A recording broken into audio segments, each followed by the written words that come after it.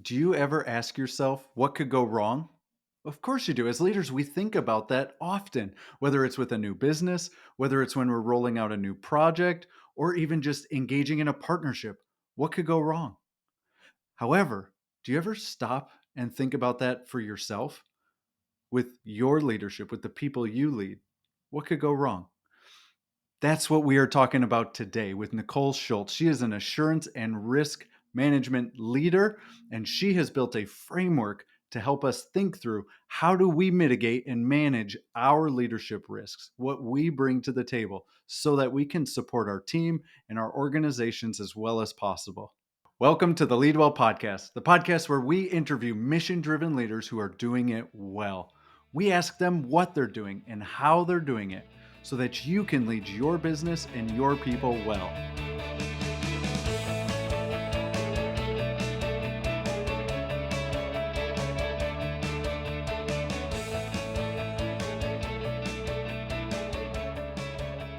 Nicole, thank you so much for joining us on the podcast. I've been really looking forward to connect with you. We have a mutual friend that brought us together. We're preparing for this. And I thought, you know what? This is going to be great. What could go wrong, right?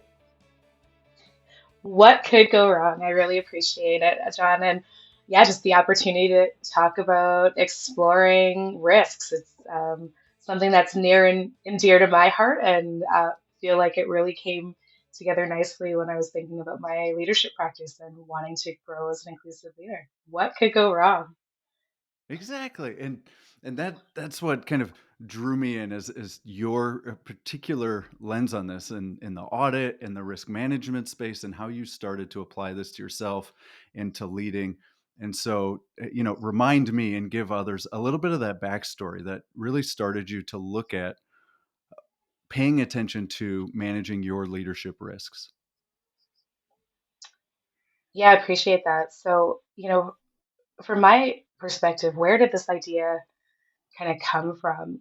As I was growing in my own job and role responsibilities, especially in the risk and insurance space, a huge part of our work is connecting with other leaders to discuss the risks or the what could go wrongs and the what are you going to do about it related, to the processes and the systems that were under their care.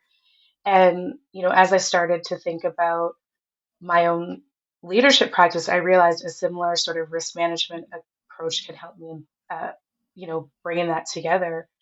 And part of that, what was driving that was when you become sort of a titled leader, one of my passions was really becoming an inclusive leader, building a high performing team.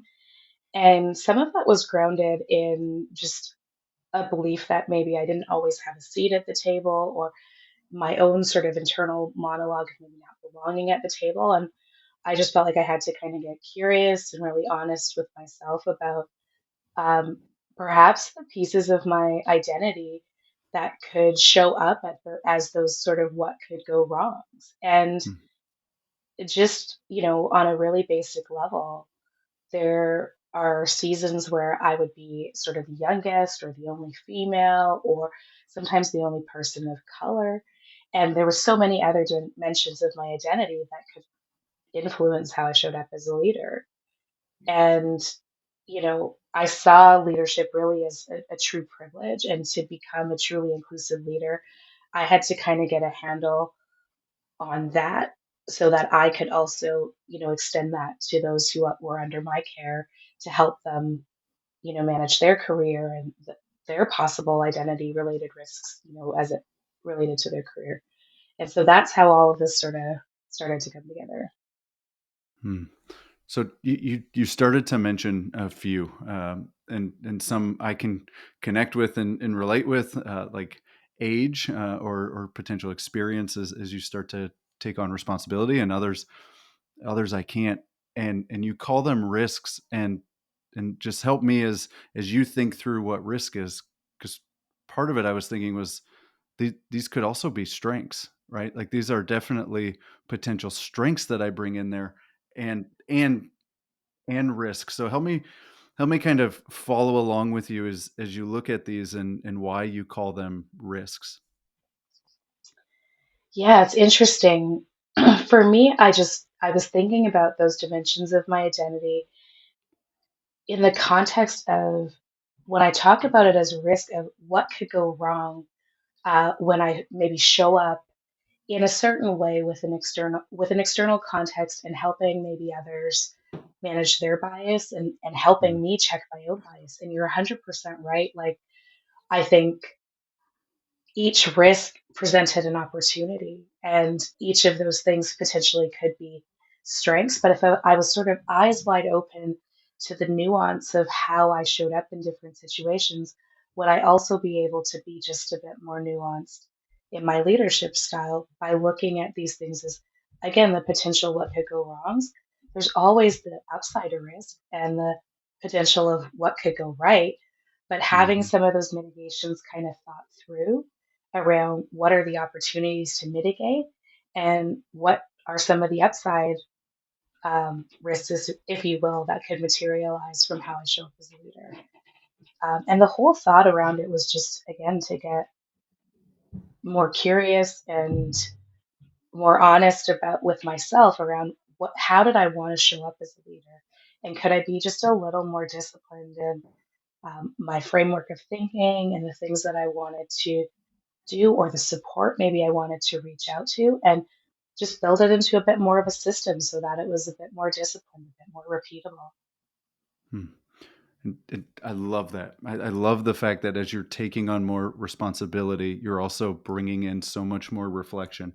And you've shared, and I got the opportunity to look at kind of that framework. So with permission, I'm going to lay it out there, and then please correct me where I'm wrong, and help explain all of it to each of us. So you start with kind of what are some of those inherent risks to yourself, to you as the leader. What are some mitigations that you can take for that risk? What do those look like?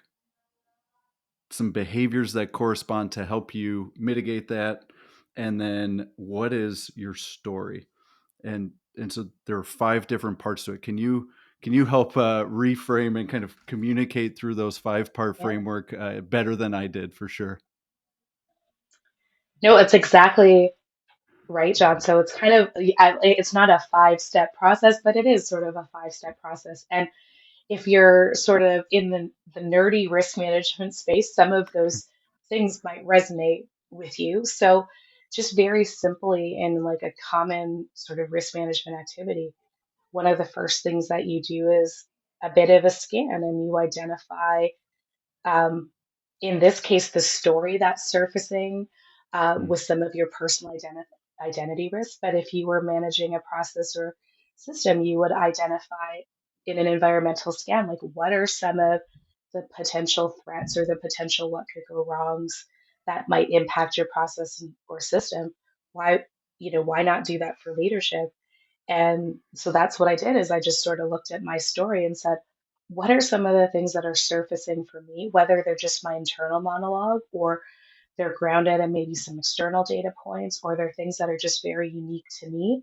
Those were the three things that I sort of focused on in terms of the things in my story that I felt like were maybe surfacing as personal identity risks. So that's kind of that first thing. It's just again, being courageous and curious to mm, lean into our story a little bit, each of us, to say, what are some of the things that could maybe go wrong? Um, and that could include, a strength overdone, because sometimes something that could go right, but something that's overdone, that becomes a risk. And it just helped me kind of, again, get curious. So that first step is just that environmental scan, doing a bit of a look around with your leadership story and saying, hey, what are some of the things that could go wrong based on my dimensions of identity, based on some internal and external context that might impact my leadership? So if I'm sitting here doing this for myself, I'm starting to think about some things, and maybe like others that are listening, they might even be thinking about different things at different points in their career. So listening to you, I'm thinking there there's a John years ago that is a young executive. doesn't have any tenure, has a lot of hunger and drive. I'm not yet a parent, and there are kind of this other factor of I'm outside to the organization that I'm in. I'm new, right? I'm the new guy on the block. And so all of these I'm starting to think through as maybe I should have at the time, that these are potential risks, right? Is that some of what you are talking about? And the one that comes up to me most is because I feel it now being a parent is this idea of kind of me at work pre children, me at work post children, and even how some of those priorities and managing those start to change. Is that the type of stuff that you're talking about? That is exactly it. And what is really cool in even just this level of sharing, and as I've kind of worked with other groups on this, is that story all of a sudden instantly for me creates a connection because Nicole 12 years ago, pre-parent, newer leader, sort of a bit outside of the the leadership group in one of the last organizations I had the privilege of leading in. And as I started to think about this, instead of getting sort of down about those things, I started to think about, well, we work with other leaders on their processes and systems. This is really just something I want to cultivate for my own sort of process and system, if you will. Why don't I start to look at that from a bit more of a risk management lens? And it took a while for me to kind of buy in, but when I started to realize that it really could work, it started to help me then lead to the next step of what are those potential mitigations and Hmm. starting to get clear on that. And part of story sharing is that we start to identify with other people and hear what they've maybe done to manage that risk of, you know, young executive John, pre-parent, what kind of showed up and worked for him as a mitigation. And part of that story sharing helps us just accelerate what are some maybe key things we need to do to mitigate that risk. And so that next step is just starting to get clear on, what are some potential mitigations when you're showing up as that new leader. For me, back then, it was sort of being one of the quote unquote youngest leaders. So trying to figure out what beyond my performance currency could help me establish my credibility and maybe some relational density, maybe asking for some mentorship or sponsorship. But instead of being, I guess, a bit haphazard about it, it's just being a bit more clear on those are maybe some things that I need to lean into to help mitigate the risk of being, the youngest or just outside of that leadership group. And so it's just a different way of thinking about how to manage those sort of, again, what could go wrong. Hmm. Yeah, that's so interesting. It makes me think of things that uh, honestly, that I stepped in, and then got some great feedback, and then usually went into building some sort of, I'll use your word, right? Like mitigation strategy around that, i.e., being extremely driven and hard pressing, and probably unfortunately putting some of the work above the people, and not having this level of understanding and empathy for people in different stages of life. And you step in it, and then kind of on the backside, grateful for good feedback and great people around me that are like, you should really be thinking about things like this. And then they turn into someone who is now an advisor, can give that perspective, and we're getting ready to rock and roll. And it's like, have I covered all of the bases here in terms of thinking about some of these different things that may show up, or communicating to some of these different areas, and kind of as I was listening to sponsorship, mentorship, folks that can give you different perspective of things you have not yet gone through, I think about the fact that I ended up with uh, an individual inside the organization who was more tenure to me, who had kids, who was a wonderful kind of counselor and guide to say, here are some things for you to consider that you yet haven't experienced in life. And it would be great because you'll be a better leader as you think about these things. Yeah, and John, that's interesting because that's really what it was for me as well. And I think some of that is just natural and I think as you move up, maybe if your organization is more hierarchical or you move up in leadership, I always like to maybe ascribe a little to that leader who has no title, like inherently, regardless of what we do in an organization, there's a leadership aspect to it. But I found that if I got a bit more vulnerable and curious with myself, I was asking different questions, and I can't say if I accelerated my mitigations or not, but I know that I was more disciplined about the type of mitigation I would look for or the type of sponsorship, and um, just being a bit more courageous, I think, to ask for sponsorship for people who were maybe completely different from my dimensions of identity, where I wouldn't have had the courage to ask before because I felt like, or maybe I didn't belong. But I recognized through some of this process that um, people really want to lean in, and people who are almost like on paper sort of opposite for you are more than willing, I find, to share their stories, share their lessons.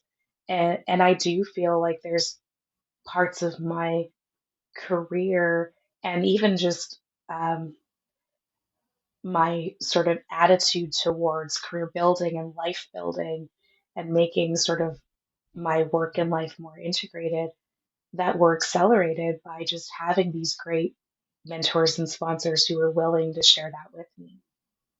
Yeah. Do you have you found, and do you think that others find similarity as to what you and I have even said here today? You said, I found that people want to lean in, right? Regardless of how much we may or may not perceive that we are alike and kind of share some of those kind of overlapping pieces of ourselves. Do you find that once you get into there, there is a lot more that you are able to relate to than originally kind of assumed? Yeah, almost always. And that's what I like. There's that beautiful concept of just like talking to strangers. And there's Yeah. something really cool about kind of sharing your risk management story. It's just, again, because I'm a bit of a risk nerd, like for me, sharing a bit of my career story in the context of how I manage my risk, the more I have done this, or even just in my own life, been courageous to connect with somebody who I felt like, gosh, I would really just like to learn from them. But like on paper, we could not be more opposite from our skills, our style, dimensions of identity, tenure, like just everything. And then realizing that we're more alike than we are different. And Hmm. um, that idea of just scanning our sort of identity risks and our what could go wrongs actually is almost a bit of an equalizer, if I can say it that way. Like, Mm. um, it just, I felt like it brings a lot of people to the table who maybe felt a bit of shame or um, indifference in connecting to like an inclusion conversation, because in the context of inclusion, sometimes it can feel a bit polarizing. And this just felt like there was a lot of reciprocity. I just, personally, for me, it really helped, like I said, in my own career and who I was sort of starting to connect with as one of those pieces of mitigations. The next step around kind of figuring out what you need to do to make those mitigations happen. There was a number of things for me that surfaced as mitigation. So sponsorship and mentorship was for sure one of them. That's something I needed to Mm. get more crisp on and a bit more courage in terms of just willingness to ask or willingness to connect.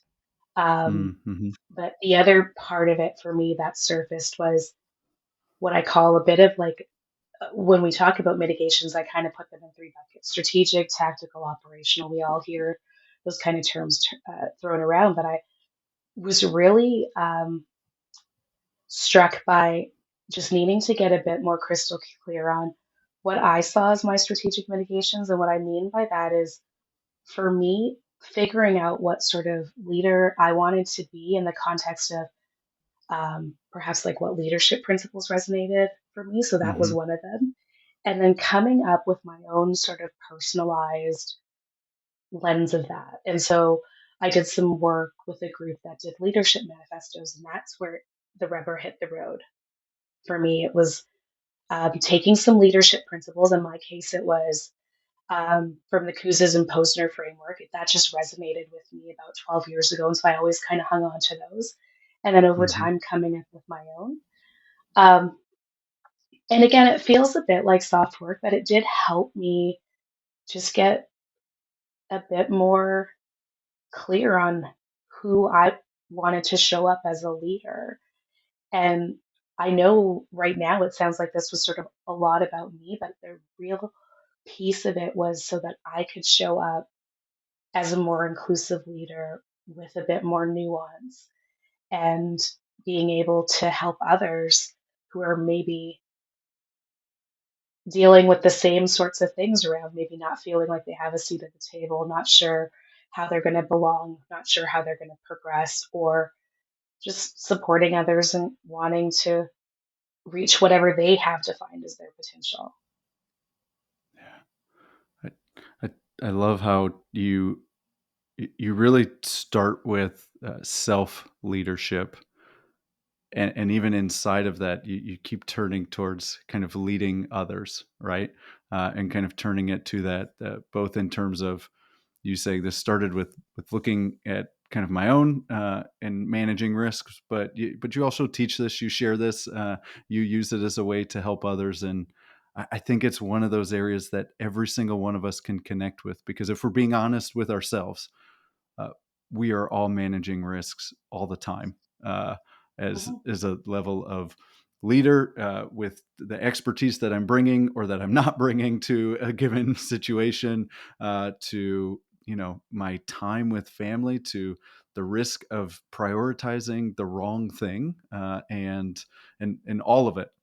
It is a concept that every single one of us can get. I heard you say start strategic with what are some of those guiding principles for you that you need to be aware of, and that are going to also help kind of guide and direct and lead you. So take us through some of those other kind of mitigations and behaviors then, as we start to bring this into, okay, how does it impact my day-to-day, week-to-week life and leadership? Yeah. So as I started to break it down, like I said, I started with that strategic bit of, okay, how do I want to show up? And those things just helped ground me, especially, and now even, but even in the early days of just really, how did I want to show up authentically and courageously? But just when things felt off course, I could kind of go back to that manifesto. And then more tactically, because I am a bit of an audit or risk nerd, I started to set out just a few objectives and key results for myself around what were those things I was going to commit to do. And um, they didn't have to be grandiose things. They just started out as nudge behaviors. And so Mm, one of the things I was encouraged to do by one of my mentors was just the intentionality of reaching out, whether it was to sponsor somebody or whether it was to find mentorship or sponsorship to keep myself growing. So both of those things. And as a mm, leader, I think we can get so busy. Everybody's busy. It's not just leaders. Like life is busy. Some of those micro behaviors, not everybody has that sort of in their, ecosystem day to day. And so for me, it was just around starting to get clear about making sure that I was being intentional about sponsorship, whether it was, you know, speaking on behalf of somebody who had been in my care so that I could help advance their career, or being intentional about connecting about somebody who's, with somebody who's maybe reached back looking for some advice or a way forward, but just being intentional about that. And starting to kind of just almost track, honestly, John, like what that started to look like in my life. And mm, it sounds cheesy because, I guess I feel like Does it feel a bit over engineered? Perhaps at times, but it's just the intentionality around really trying to authentically lean into the leader that I want and make Hmm. those things translate from just these broad manifesto type statements into like, what are some behaviors I want to hold myself to account for? And then that's how it kind of started to come into this more tactical. Okay, so what are some of my objectives and key results? What's maybe a defined cadence I'm going to have for sponsorship and the mentorship? What Hmm. are some of the behaviors? So I engaged honestly in some behavioral coaching around what are some behaviors I want to start just working on to help level up my game so I can really be a leader that, again, I feel like it's a privilege to lead. We tend to have more impact on, people's careers have more impact on their life than many of the things they do. And I really hold that as a privilege. And so I really wanted to, for the people under my care, try and show up in a way that was really supportive of where helping them reach their potential. And then operationally, it was just starting to execute on those behaviors and monitoring. You're not going to get everything right out of the gate. And I would never profess to be that person, but knowing when to course correct. And I just feel like a bit more of a disciplined way of thinking um, helped me do that maybe a bit more quickly than I would have in the past because I wasn't as aware of the things I wanted to do. Hmm. I heard and was reading something the other day that we are always operating in the now and in the not yet. If we choose to kind of put out there, what is that ideal? What is that target? What's that vision for the future? Those guiding principles. And we can't act in the not yet. We can only act in the now. And I think for all of us listening, we were able to really get a very helpful design on how do we manage some of these risks, how do we look out and see some of the guiding principles, some of the things that we want, the things that we want for our team, the things that we want to be aware of for ourselves, bringing them down into the behaviors that you outlined. So if you've listened today, a takeaway, something to do, is to go sit on this for just a minute and think about what are some of those pieces of yourself and where you are in work and some of those risks to manage and outline what do you want this to look like? What are some of the goals and aspirations? And then go back through what Nicole said around some of those behaviors to help operationalize it. And you also have a risk auditor that did in fact say you're not going to get it perfect, and so we are keeping that on record, and I'm going to just carry that with me wherever I go, because I am also one that has so much fun with all of my risk friends that love perfection. So you said it best, Nicole. I'm keeping it. Thank you so much. And before we go and before you give us final thoughts, I do want to ask you a question because we ask everybody, and you've just given us this great kind of framework to think about how to lead well, especially when it comes to our own risks. But for you, Nicole, what does it mean to you to lead well? I love the question, John. And I think for me, it's really not grandiose. It's really just the belief that if I can support a few people in realizing what they see is their potential and doing that in a courageous and authentic way, then for me, I would have led well. I love it.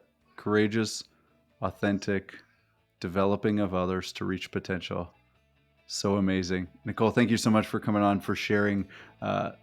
How we, all of us, have it. How can we manage and be mindful through all the risks that we bring to be able to serve people, to do business and leadership extremely well? I am grateful for it. Thank you for spending time with us today. Thank you for spending the time with me, John, and the opportunity to just talk about risk and how that translates into managing our own leadership risk. Love it. And everybody, thank you so much for joining Nicole and I. And until next time, be well, lead on, and God bless.